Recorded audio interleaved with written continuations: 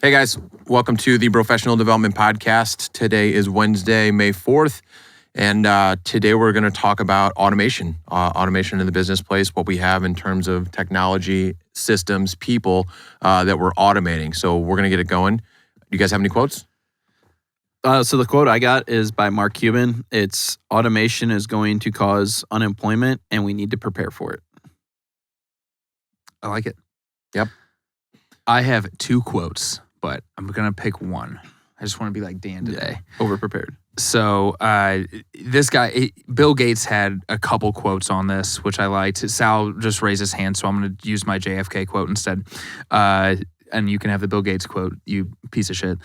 John F. Kennedy said, "Automation does not need to be our enemy. I think machines can make life easier for men if men do not let the machines dominate them." So kind of the way that I see it is, I mean, human to human, face to face interaction, like you can't beat that, especially with specific industries. But at the end of the day, I think, and we'll probably talk about this more later, but I think a lot of this comes down to the, the minimum skill set, minimum wage podcast that we did. Let the machines do the minimum skill set type things and figure out something better that you can do with your time. Yeah. So with this, we kind of talked about how like automation, outsourcing go hand in hand, although different. So mine was Do What You Do Best, Outsource the Rest by Peter Drucker. And I think that embodies exactly the idea of automation when we talk, and we'll talk about this way more in depth, but it's like the $5, $10, $15, $20 an hour shit that you're doing on your business is literally wasting your time when you can be focused on the $100, $200, $300, $400, $500 an hour stuff. Yeah. And then my quote was from Bill Gates. It was like, Oh, really? yeah. Cool. Go Nice. The first rule of technology used in business is that automation applied to an efficient operation will magnify the efficiency. But the second is that automation that's applied to an inefficient operation will magnify the inefficiency. So you got to make sure your process is efficient to make it better with automation. Otherwise, if you have an insufficient or inefficient process of how you work and you automate it, it's going to be worse. Yeah. Nice. Love it. Brad, you wrote this one. So instead of a book or podcast suggestion, real life example of automation, that's what you wanted to get into? So I thought it'd be interesting because like it's kind of like a weird thing to be like, oh, hey, what's a good book or podcast on automation? Like it'd probably be the boringest podcast you ever listened to, boringest book. So like what's a real life example that you've seen that has automation? The very first thing I thought of was The Assembly Line by Henry Ford. So I got some stats on it. So if 1913 was the first time that the assembly line came out. And it used to take them like 2 weeks to build a car because basically like one group of people would do the entire process. Once they went to the assembly line, it would take them 90 minutes to build a car. That was over 100 years ago. So I looked up to see how long it takes to build a car now. And it's roughly 2 hours. Although there is a lot more to a car now than there was then, it's still pretty amazing. But what was interesting is that when automation rolled out then, a lot of people were worried that their jobs are going to be lost. Henry Ford introduced the first $5 a day wage back then, which was nearly 2 times what it was before the assembly line was in process. And it brought the price of their cars down from $825 in 1908 down to $260 in 1925. So it made it more affordable to the consumers. So basically, we are in a capitalist country, but you usually try and pass those savings on to your consumers, and at the end of the day, you still end up making more money. So I thought that was just an interesting look back at automation. So I gotta chime in. The fourth thing, do you know about? My favorite thing about that is the boxes they shipped the parts in were actually the floorboards of the Oh, really? car. Yeah, I did not know that. So he used everything. Yeah, he was awesome. And they're cool cars still. Yeah. Damn. Thanks, Rich. Nice. Had to chime in there. Chime in more. Nice, Rich. Yeah. Freaking speak up. Coming with the fire. Yeah. So I like this one too. And I actually found, I was just looking up just different things that have been automated, everything from, being able to control your lights with your phone, Bluetooth, or be able to being able to adjust the thermostat and like have it know when I leave the house, so I'm saving money on all that is really cool. But one of the things that this company is doing called Waymo, and I'm sure you guys have seen those Google cars where there's no one in there and they're just self-driving cars. So this company Waymo, I think they have some sort of partnership with Google, but they're in 13 states right now. And like, for example, in the metropolitan area of Phoenix, they are actually driving people to where they need to get to go, whether it's to the grocery store, to work, on a date night. And they also have transportation vehicles. So to transport any sort of commercial goods, no driver with them, cameras all around them. They're learning these different streets and introducing them to different metropolitan cities, which I just thought, talk about Uber and Lyft and like Instacart, DoorDash, all of these companies that's driven basically by humans and them using their own vehicles. This is I see it as maybe one of those next steps of soon they're not even going to need the people. They're just going to need the vehicles. And then that it kind of eliminates a lot of other jobs that Uber and Lyft have created. So something that I thought was pretty interesting that has been happening that I had no idea about, for sure.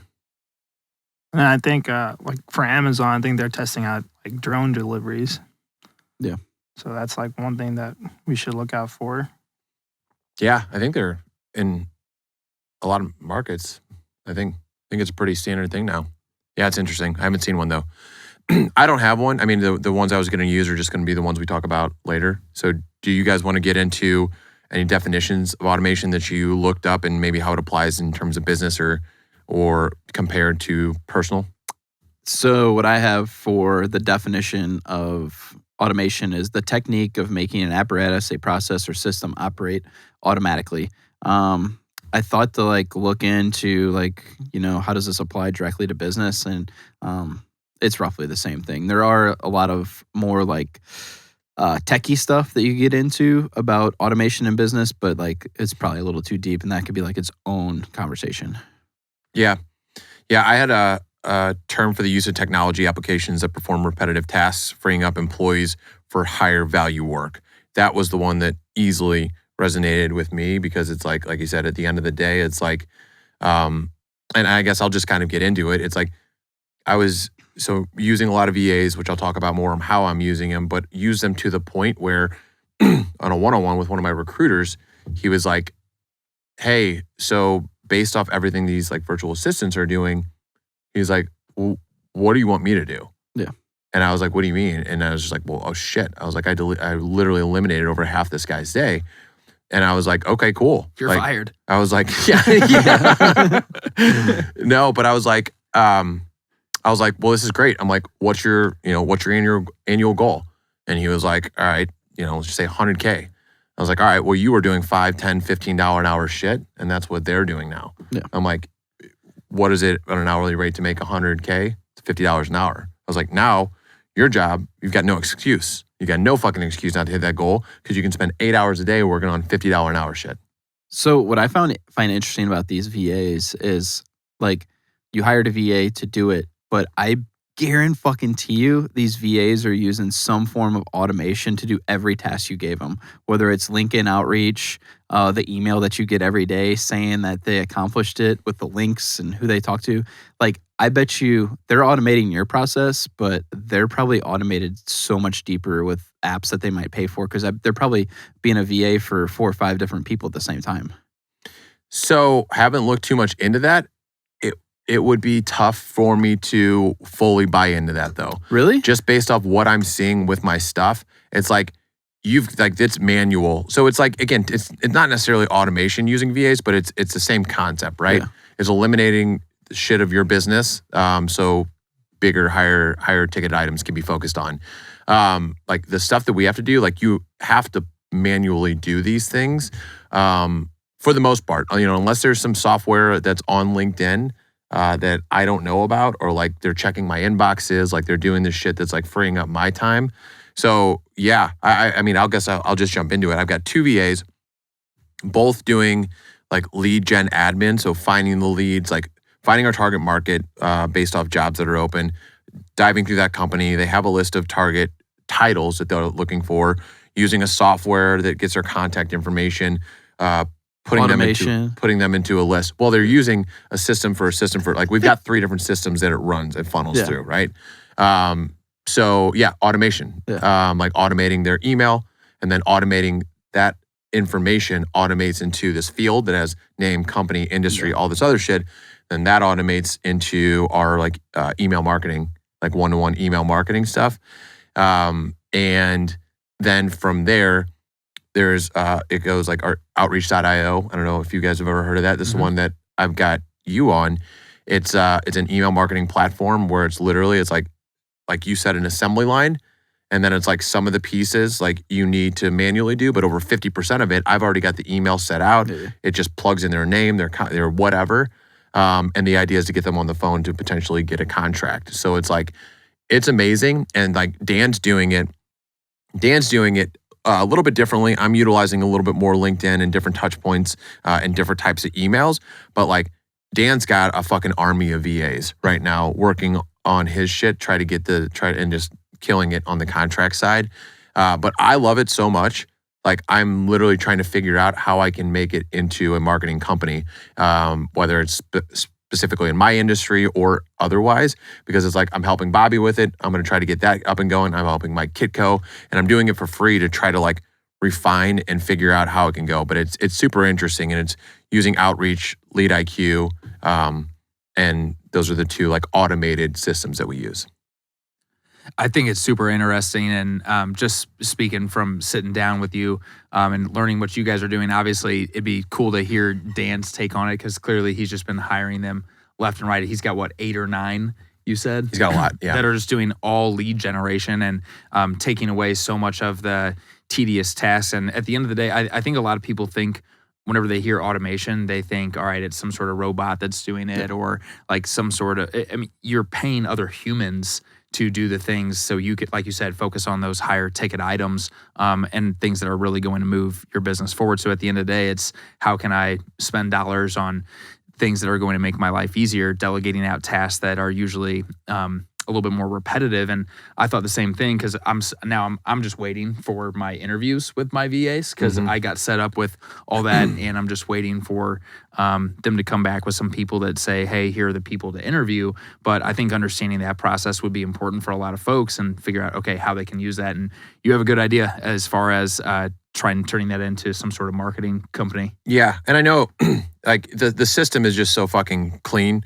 Like and this is like the last part I'll say about it, but I was like, when I was in an agency, it was like I had to do the account management, I had to recruit, I had to follow up with the candidate, I had to make cold calls every fucking day, I have to follow up emails, like all this other shit just to get somebody to set an appointment to me.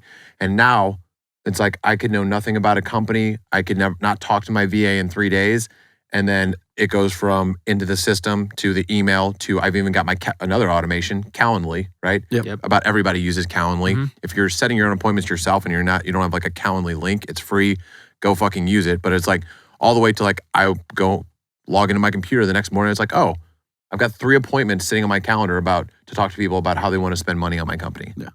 And so I'm like the opposite way. Like I've invested into automation, like what Bobby's talking about, like the robots. Basically, I've invested nearly 50 grand in the last 2 months on automation. And I did like a little bit of calculation today to figure out, okay, well, how long is it going to take me to pay it off? And basically, you're looking at like 10 weeks to pay it off. Jesus. Which is huge. That's fast. I mean, it basically, instead of we can switch parts from running in 9 seconds now, which would have taken us a minute or longer if somebody was busy doing another task. Now it automatically does it in 9 seconds automatically. It can literally run 24 hours a day without it being intended to. And I couldn't afford to pay somebody to sit there 24 hours a day to run these parts. So mine's a little bit more the other way. I am trying to find some sort of, I guess we'll just kind of move forward a little bit-ish, is I am trying to find ways to automate a lot of my admin stuff. Whether it's a bill that comes in, I don't know how, I just want it to automatically either get paid, get sent into QuickBooks, a check's issued, whatever. And I know there's something out there that does all that. If there 100% is, but I need to figure what that is, because that's like my biggest hang up in business is all the admin work and invoicing. I hate doing it just because it's like I have to sit there and manually do it at the moment, and it really sucks. So some stats that I have is it says that 69% of managerial work will be automated by 2024. That's a big number, and that's like the type of stuff I'm talking about. It's like it's almost.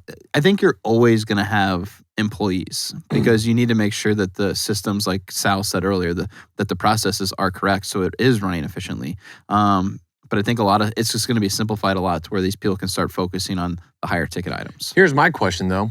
So because like there's this uproar of like entrepreneurs that are coming up, it just kind of popped into my head. But like, are we like on the downtick? Like you have the Industrial Revolution, right? Where jobs shot up, then technology, jobs shot up. Yeah. And it's like now things are so automated and this world is so easy that it's like more and more people are doing their own thing. So it's like, does it ever get to a point in time where it's like pre-Industrial Revolution where majority of people were just self-sustaining, right? Like they just were able to farm, do their thing, live on their land, and didn't have to have an actual job. So I think it will actually see more entrepreneurs because I think it's going to make systems easier for people to do like the freelance type work. So that's why I think you could actually see more small business owners because it's going to make it easier, more affordable, maybe less of a risk for somebody to take that venture to start a business, which then is still going to employ people because you will always need somebody. Yeah. But I do think you're going to start replacing people with these simple-minded tasks. Like as rude as that sounds, like pretty soon McDonald's is literally just going to be a robot that's running. It's going to cook. It's going to serve. It's going to do everything. But you're still going to have somebody there to make sure it's running correctly. Like. We've all used a computer before. Can you imagine if whole McDonald's shut down because the computer had a fucking reboot? Right. You know? And the way I see it, it's like, you know, there are people like some argue job shortages because of it or whatever. And obviously the more you automate it, it will eliminate jobs. But it's like the way I see it, the more technology grows and expands, the more jobs are able to be created on shit that we're doing. So I don't know. I don't necessarily, I haven't looked too much into it, but I don't see a point where it's like, okay, nobody can find jobs. Yeah. I actually just looked this up because we talk about this a little bit with my business, and there's so many people that are going independent, these gig type workers, whether they drive for Uber or they start their own business. And then just a couple of statistics. I mean, last year it was 4.2 million business licenses were applied for and approved.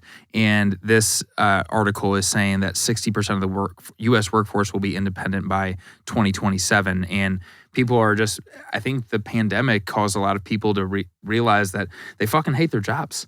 And they want to go do something and work on their own, which I think is a really cool thing. Obviously, a big thing that we talk about all the time. And I think that we'll see a lot of people trend that direction. It's just a matter of, will it be something that's like everyone wants to be a YouTuber, or are people actually going to be finding solutions to different problems, or like be working independently by driving Uber or Lyft or something like that? And my answer to that is whatever fucking makes you happy. Like whatever makes you fucking money. You know what I mean? And to go off some of your stats, I did see 11.5 million jobs opened up in March.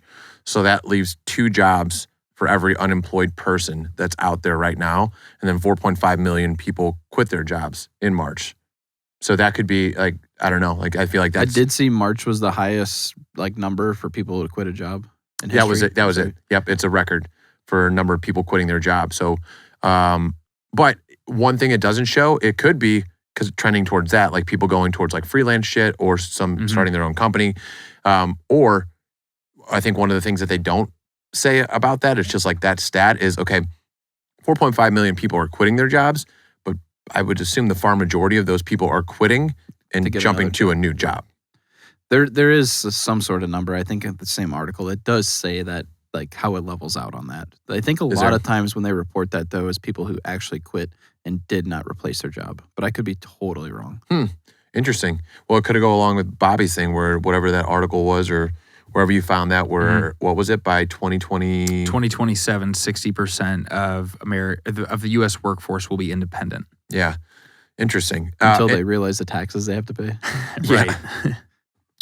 Brad, you had the question.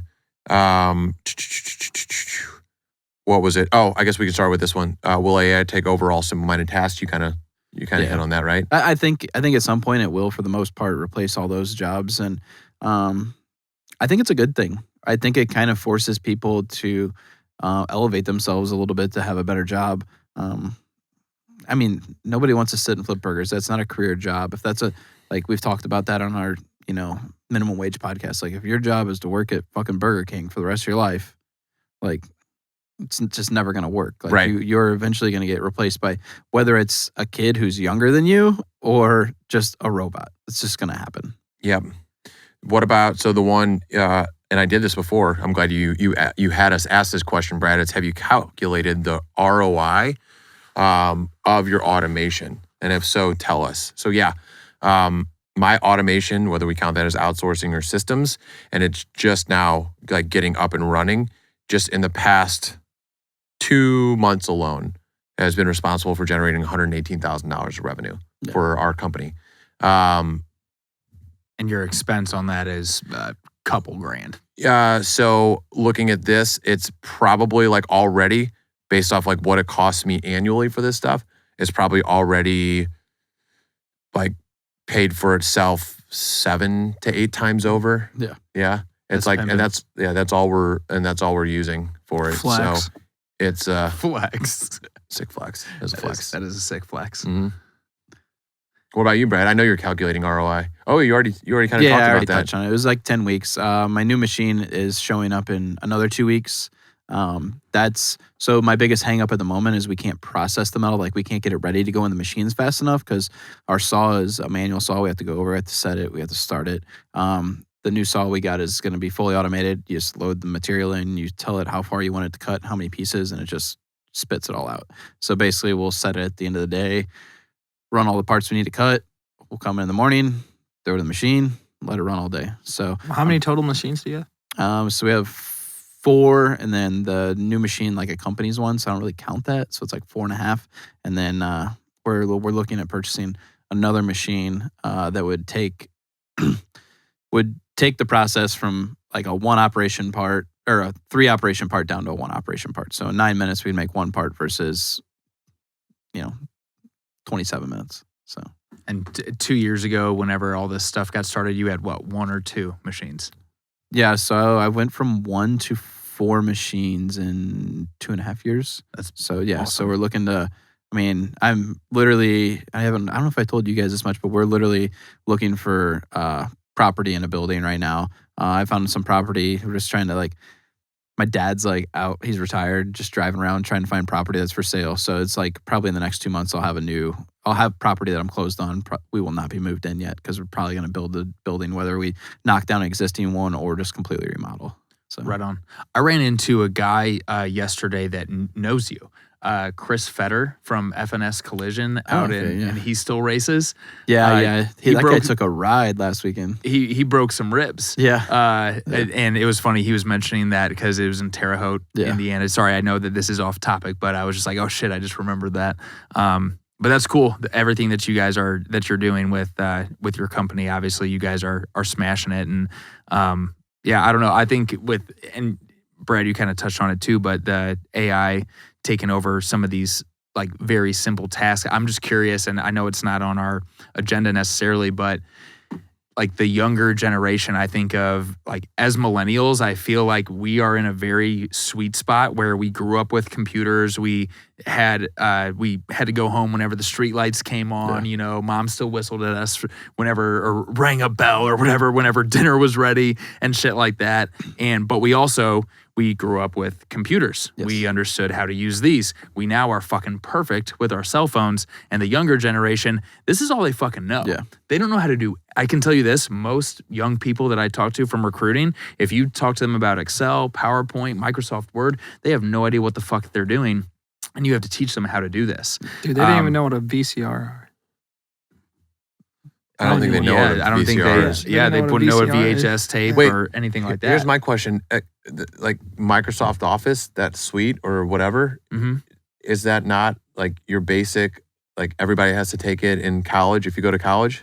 I would think so, I but took it in high so school. many 'Cause, young yeah, I took people it. that I talk to don't even understand how to utilize it. Hmm. So if they are, maybe just these classes in school are getting even fucking worse. than they were whenever we were in school. And I'm just curious how like they'd react to all of this stuff. Like, what the fuck are they going to do if they're not a YouTuber? They're going to have a panic attack and need to be on medication. Well, I think it's interesting because I think It's real. there's probably a lot of really cool shit these kids are learning, but then they're going way over like just the simple stuff of like, well, how do I write, how do I use Word or Excel and items like that? But they're learning how to like code something to like, so I think it's like maybe we're going to look back and they're going to be like, why the fuck did you need Microsoft Word? Yeah. Like Right. I just talked to my fucking robot and it printed out my paper, I don't know. We'll see. So it just like, kids now don't even learn cursive. Like we learn cursive in school. So who knows? Or like checks and balances and taxes. They don't have classes for that. Yeah, that's like something I just told my wife. Like they don't teach that in school. I'm gonna like start doing that with my kids like soon. Like when my daughter starts kindergarten, I'll be like, we're gonna start learning finance this year. So like that will set you apart so much further later in life. For sure. Anything else that we wanted to touch on? I think we're right at about time anyway, aren't we, Rich? Yep. I'm good. Cool. We appreciate you guys listening. And if you want to follow us, hit us on Instagram. We're on Twitter. We've got a Facebook group as well. Are we doing a mastermind? May 10th. So we're doing it 1 week from today? Yesterday. 1 week from yesterday? Yeah. So May 10th. Yeah. Dan says he's got a speaker lined up. Okay. We need a haven't done location. shit for that. No, for the we- location. Yeah, it's been a minute. Yeah. So May by the 10th. time you're listening to this, you'll know if we're having an event or not. Yeah. But We'll recap it. we'll recap it. Yeah. Otherwise, we appreciate you guys tuning in. Subscribe and share our podcast. Thanks. See ya. Thanks. Deuces. Later. See ya.